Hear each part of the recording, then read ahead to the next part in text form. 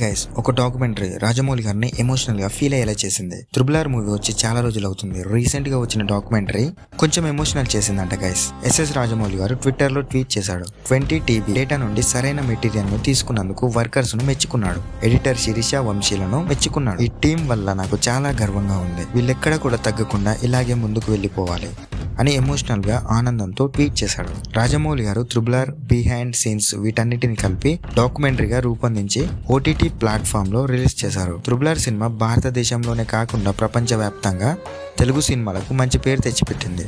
NTR and Ram Charan వీళ్ళ acting కు చాలా మంది ఎంజాయ్ గా ఫీల్ అయ్యారు. అలాగే టాప్ కలెక్షన్స్ కూడా తెచ్చిపెట్టింది. ఇక ఈ సినిమా అవార్డుల విషయానికి వస్తే ఆస్కర్ అవార్డును కూడా సొంతం చేసుకుంది. ప్రజెంట్ టాపిక్ ఏంటంటే ఈ సినిమా టీం వాళ్ళు బిహైండ్ అండ్ బి అండ్ అని డాక్యుమెంట్ని రిలీజ్ చేశారు గైస్.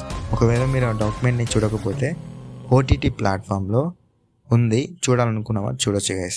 ఈ వీడియో ఎలా ఉందో కామెంట్ చేసి చెప్పండి.